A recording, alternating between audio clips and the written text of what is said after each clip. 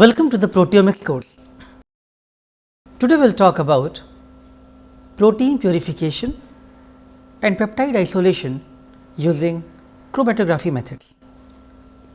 The chromatography techniques have always been considered prominent for the separation of enzymes and proteins. Protein purification by conventional chromatography is usually achieved by combining chromatographic methods such as gel filtration, ion exchange and affinity chromatography. From complex proteome, it is challenging to purify a protein in a single chromatographic step. Therefore, sequential pre-fractionation steps involving different modes and types of chromatography methods are becoming necessary for proteome level analysis. So, the lecture outline will talk about gel filtration chromatography, ion exchange chromatography, affinity chromatography. These methods will be discussed in light of protein purification, and then we will talk about few methods such as strong cation exchange and reverse phase chromatography for peptide isolation using high performance liquid chromatography methods. Protein purification, peptide isolation and analysis. It can be performed by many methods, but there are certain chromatography methods which are commonly used, such as size exclusion chromatography SEC, ion exchange chromatography IEX, immobilized metal ion chromatography IMAC, normal phase chromatography NPC, reverse phase HPLC or RP-HPLC, hydrophobic interaction chromatography HIC and hydrophilic interaction chromatography HILIC. These are only few chromatography methods, but there are many more which are also used for different type of applications. So, if your aim is to purify the protein, there are various techniques which can separate proteins and they rely on different type of principles such as differential solubility of the proteins, size of protein, charge on a given protein and affinity for various ligands. So, let us talk about what is chromatography. So, chromatographic methods involve separation of proteins over a bed of appropriate material. These materials are usually packed in a given column and known as matrix or resin.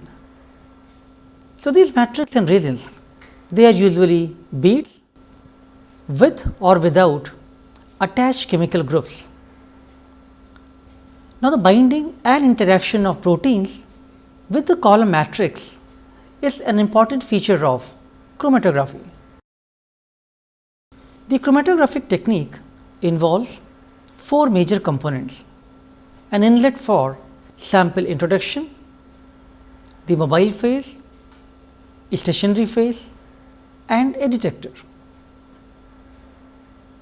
Each type of chromatography requires a very educated and informed choice of matrix, considering the bead shape, size and porosity.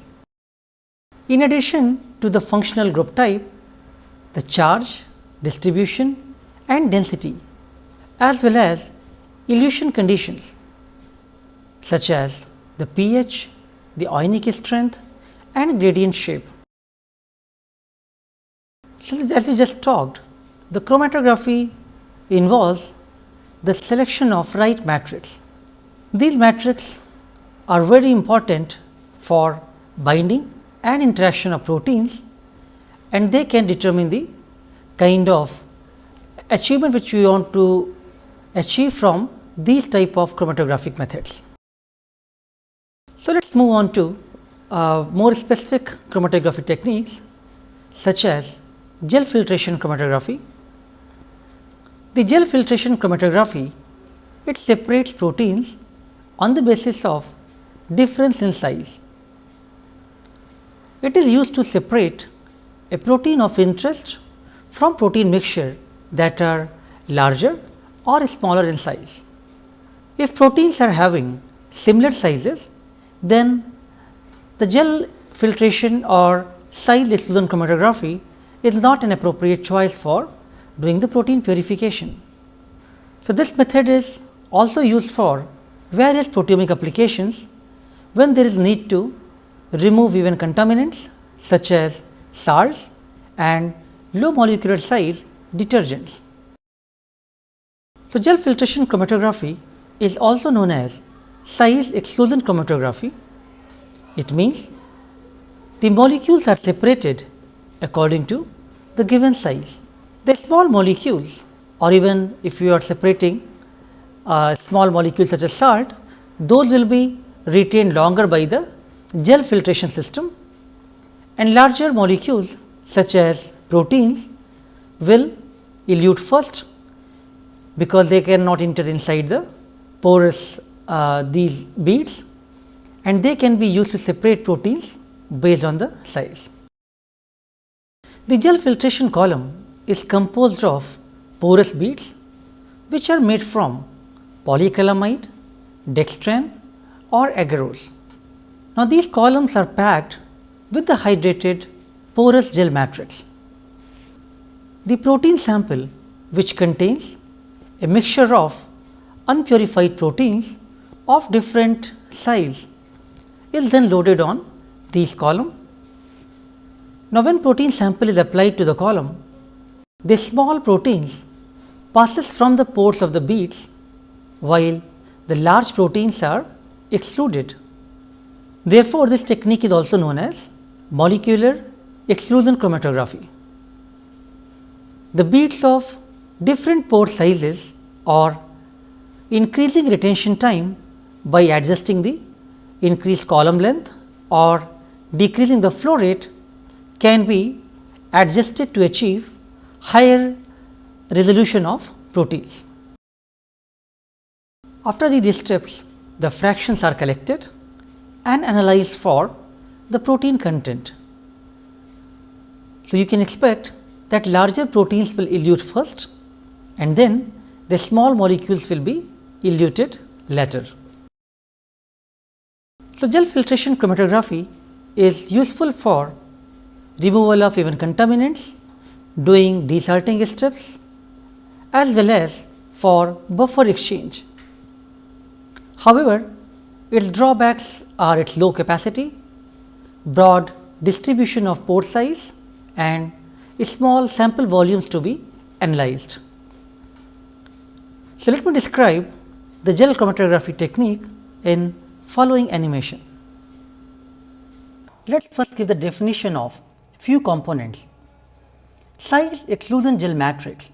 The matrix filling the gel filtration column consists of a highly hydrated polymeric material, commonly dextran, agarose or polyacrylamide. The protein mixture is a mixture of unpurified proteins of different sizes, which is applied on top of the column. Mobile phase. The proteins are eluted out of the column by using a suitable mobile phase that carries the protein out for elution. For gel filtration, a salt solution of appropriate strength is commonly used, so that it will not have any effect on properties of the proteins being purified. Solvents or buffer system are often used in other types of chromatography. Effluent sample fractions. The solution leaving the column is collected in suitably sized fractions. Initial fraction will contain only the mobile phase, while later fractions will have purified proteins. Let me give you an analogy of gel filtration with sieve. This process is very similar to separation of small particulate matter from food grains using a sieve. The larger grains remain behind the sieve, while the smaller sand or stone particles pass through them and are removed. In keeping with this, the gel filtration technique is also commonly referred as molecular sieve. Now, let me show you how this process works. So, first the matrix which is suitable for the required protein separation. This packed gel matrix is then loaded with the protein sample containing a mixture of unpurified proteins of different sizes. The column is then eluted with a salt solution of appropriate concentration. Large proteins that cannot enter the pores of the gel move down through the interstitial spaces at a faster rate and are eluted first. The smaller proteins move in and out of the pores, thereby taking longer time to be removed from the column. The fractions of appropriate size should be collected and analyzed for their protein content. The largest proteins eluting out first will be present in the initial fractions, while the smaller proteins which elute out later will be present in the latter fractions.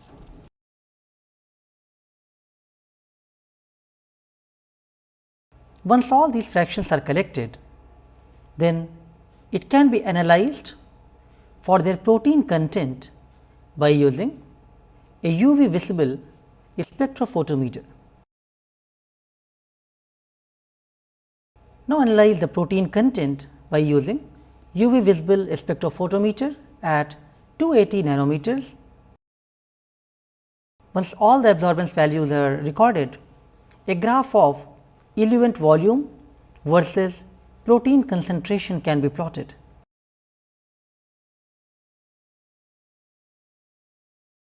Now, the highest molecular weight is in the beginning and lowest molecular weight towards the end. Let us now move on to next chromatography method, which is ion exchange chromatography.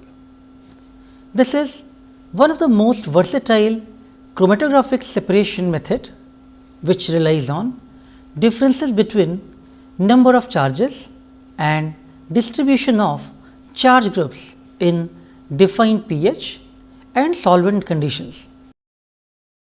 In ion exchange chromatography, the proteins are separated based on charge difference. The proteins with overall negative charge will interact with positive charges or the vice versa. So, by varying the amount of positive and negative amino acids, and even pH can influence the net charge on proteins. So, in this slide, some of the common ion exchange matrices are shown, like carboxymethyl CM and diethyl aminoethyl DEAE. So, when a desired protein is positively charged, the cation exchange chromatography should be used. When a desired protein is negatively charged, the anion exchange chromatography method should be used.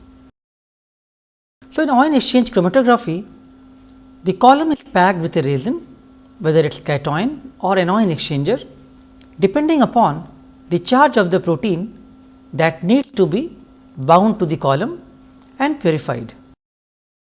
So, proteins are adsorbed to the ion exchange column, and then it can be desorbed by increasing the salt or altering the pH of the buffer, which can change the charge on protein. So, various anionic buffers such as acetate and phosphate are used for cation exchange, and cationic buffers such as tris chloride or ethanolamine are used for the anion exchange.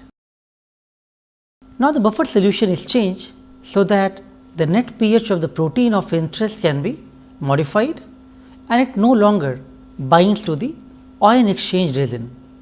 Therefore, the bound protein can be eluted out as shown in this slide. So, if you have negatively charged protein which gets eluted first will be present in the initial fractions, while the positively charged protein that bound to the column will be eluted in the latter fraction, or it will be vice versa. So, let me describe how ion exchange chromatography works step by step in following animation.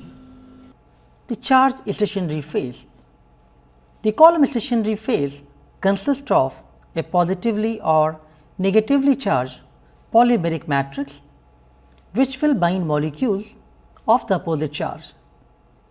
Commonly used ion exchangers include negatively charged carboxymethyl cellulose or CM cellulose, which is a cation exchanger, and positively charged DEA cellulose, which is an anion exchanger.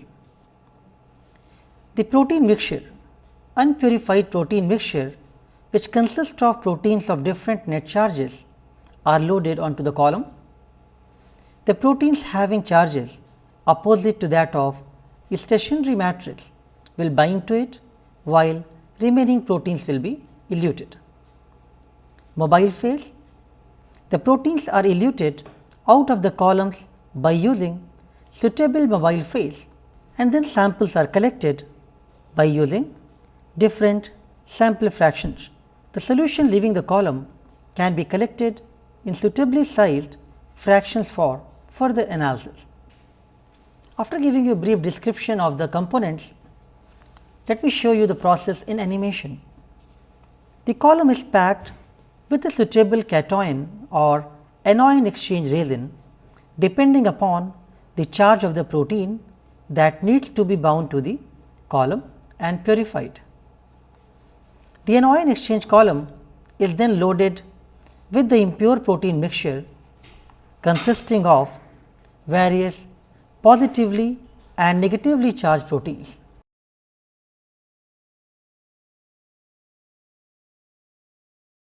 The column is eluted with a buffered solution of suitable pH such that the negatively charged molecules are removed from the column, while the positively charged molecules remain bound to the anion exchange resin. The buffered solution is then changed such that the net pH of the protein of interest is modified and no longer binds the ion exchange resin. Therefore, the bound protein also gets eluted out of the column in this manner. The fraction of appropriate size must be collected and analyzed for their protein contents. The negatively charged proteins which get eluted first will be present in the initial fractions, while the positively charged protein that bound to the column are eluted in later fractions.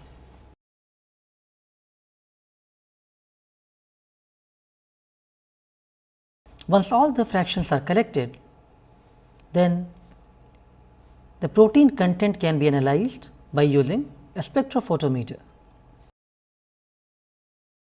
So, analyze the contents, these fractions for their protein content by using a UV visible spectrophotometer at 280 nanometers. A graph of eluent volume versus protein concentration can then be plotted. In this particular example, the negative charge large molecules coming first and then positively charged fractions are coming later. Let us now talk about another very important method, which is affinity chromatography, which is a desirable method for protein purification to the homogeneity. Due to the selectivity of immune recognition, it is possible to purify a protein in a single step under the favorable conditions, and affinity chromatography is one of the method of choice for protein purification. So, affinity chromatography is based on affinity of proteins to its ligands or other molecules. The metal chelation is widely used in purification of recombinant proteins. Various substrates, products, cofactors antibodies or metals.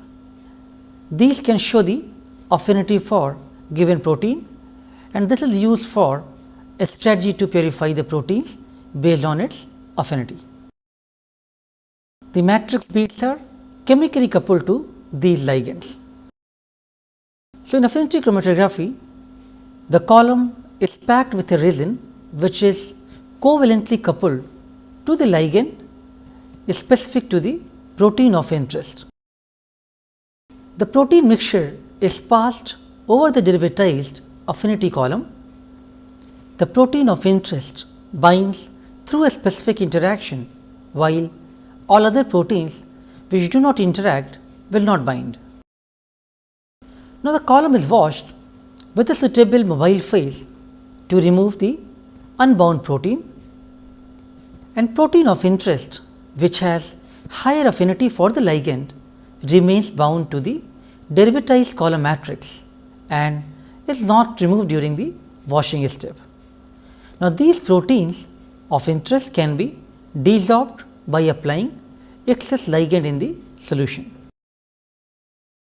So, due to the specific interaction, the affinity chromatography achieves very high degree of protein purification. It is not limited by the sample volume, which is the case of gel filtration chromatography, and because of its superiority in achieving the pure protein, it is usually considered as the final step for the protein purification. There are various examples where affinity chromatography can be used, especially the antigen antibody pairs. They are commonly used for bioaffinity pairs. The matrix containing protein A, which is used for the IgG purification.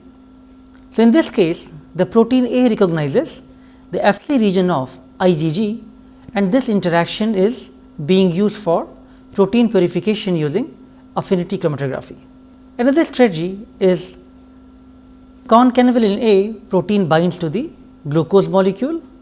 So, by adding a concentrated solution of glucose, the glucose can displace the column where these molecules are attached on the binding site of concanavalin A.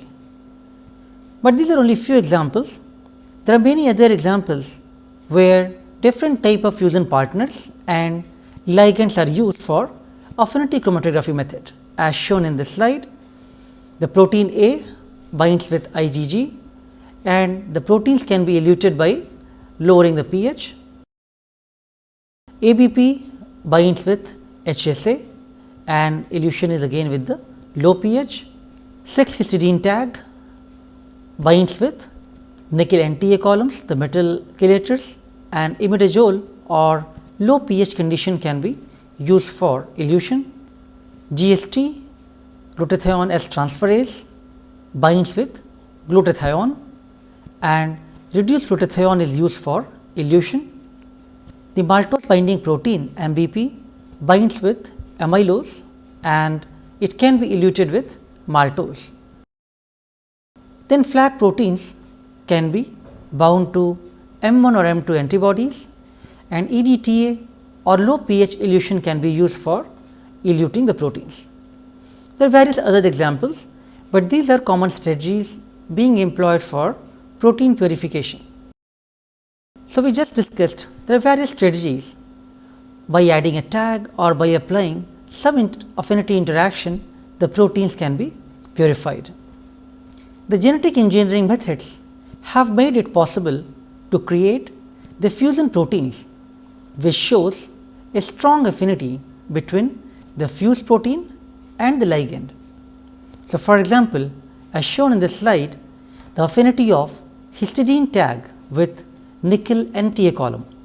Now, because of interaction of histidine tag with nickel, the proteins which contain histidine tag will bound to these resins of nickel NTA.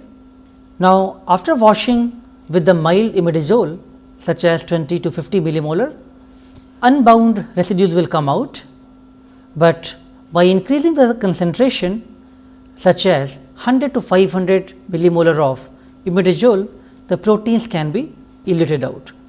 The effectiveness of protein purification should be further assessed on SDS page gel, where one need to see whether one pure band is shown or even some contaminating bands are also seen. So, one case is shown on the left side where contaminating bands are seen, whereas in the other case only a pure band can be seen. So, let us discuss the affinity chromatography methods step by step in following animation. Let me give you a definition of few components. The derivatized stationary phase. The stationary phase resin in affinity chromatography consists of a covalently bound ligand that will specifically bind the protein of interest by interacting it. The protein mixture, it is unpurified protein mixture which consists of proteins having different properties and interaction specificity for the ligand bound to the column matrix. Mobile phase, following the sample loading, the unbound proteins are washed out of the column using suitable mobile phase. Depending on protein of interest, this could be either water or sometimes salt solution. The ligand solution, this solution is passed through the column to elute the bound protein of interest. Since it contains the same ligand that is bound to the column matrix, it is capable of eluting the proteins by interacting with it. The effluent sample fractions, the solution leaving the column is collected in suitably sized fraction for further analysis. The unbound proteins are eluted from the column first, followed by the bound fractions which are removed after washing with the ligand solution. Now, let us see the process in the following animation. The column is first packed with a suitable resin that has been covalently coupled to the ligand specific to the protein of interest. This derivatized affinity column is then loaded with the protein mixture containing various proteins having different properties and interaction specificity. The column is washed with a suitable mobile phase to remove all the unbound proteins. The protein of interest, which has higher affinity for the ligand, remains bound to the derivatized column matrix and is not removed during the washing. The fractions collected during sample washing can be analyzed, assessed and discarded if they are not required. After the column has been washed thoroughly, the protein of interest is eluted by passing a ligand solution which binds to the matrix bound protein and removes it from the column. The fractions are then analyzed for their protein content using a UV visible spectrophotometer at 280 nanometers. A graph of eluent volume versus protein concentration can then be plotted.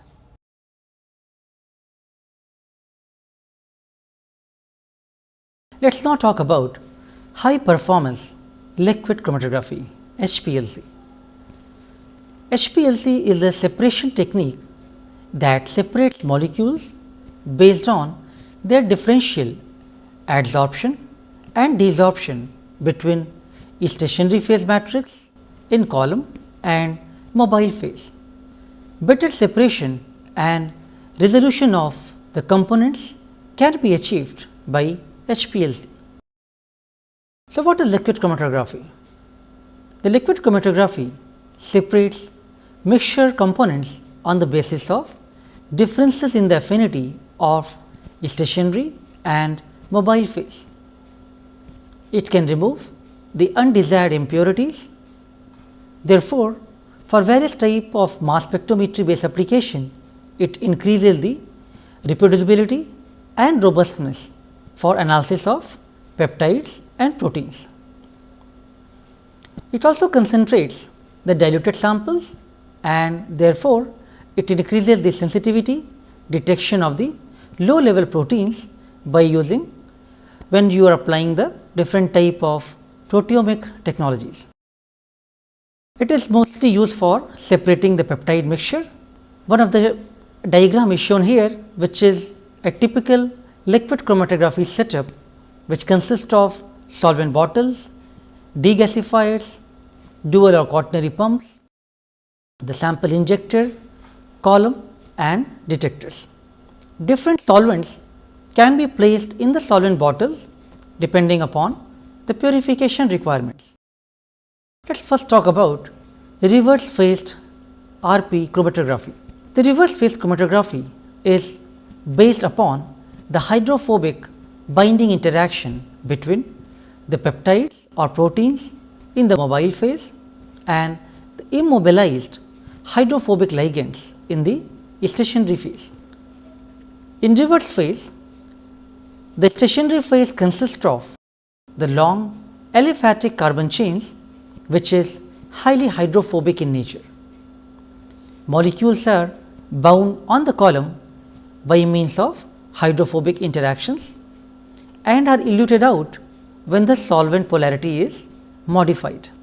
The reverse phase chromatography is mostly used with electrospray ionization in mass spec due to its compatibility of its acidic aqueous and polar mobile with ESI.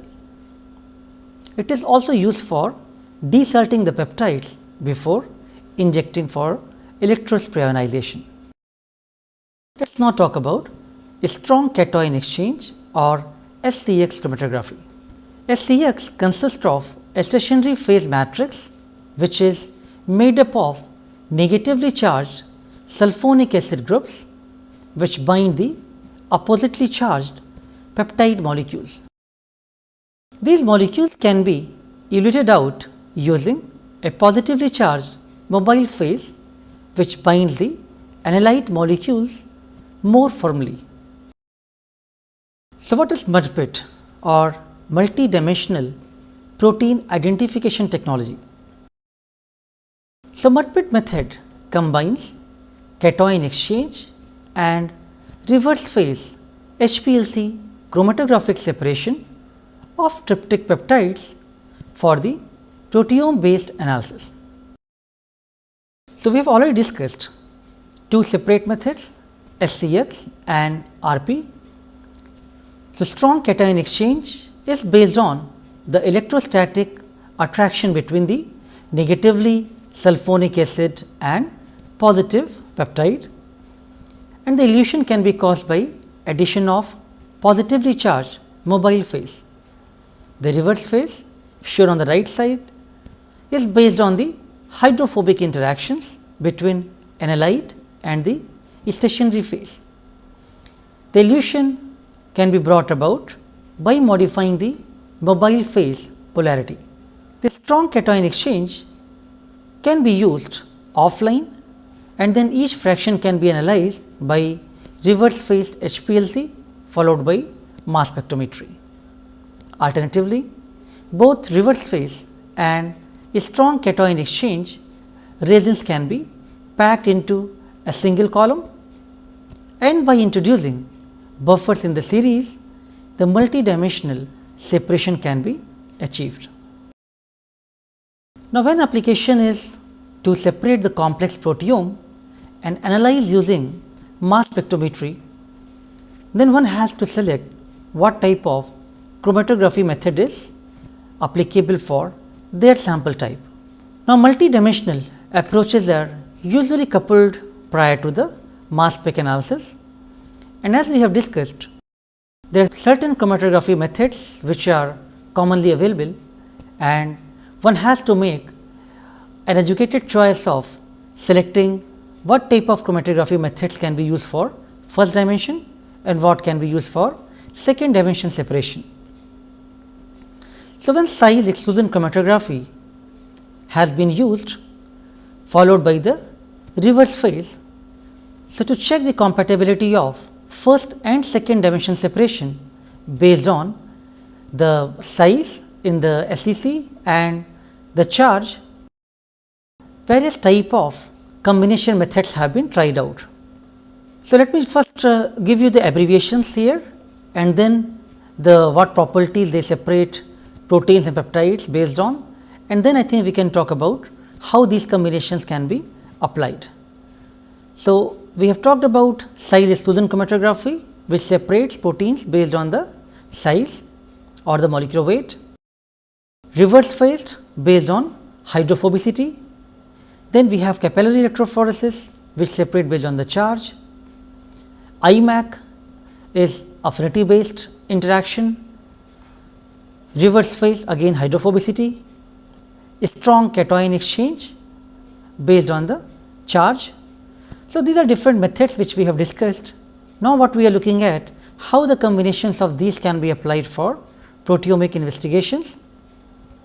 So, when SEC followed by reverse phase has been tried, the poor resolution of peptides in SEC occurs. The reverse phase followed by capillary electrophoresis or SEC followed by capillary electrophoresis is limited with the loading capacity.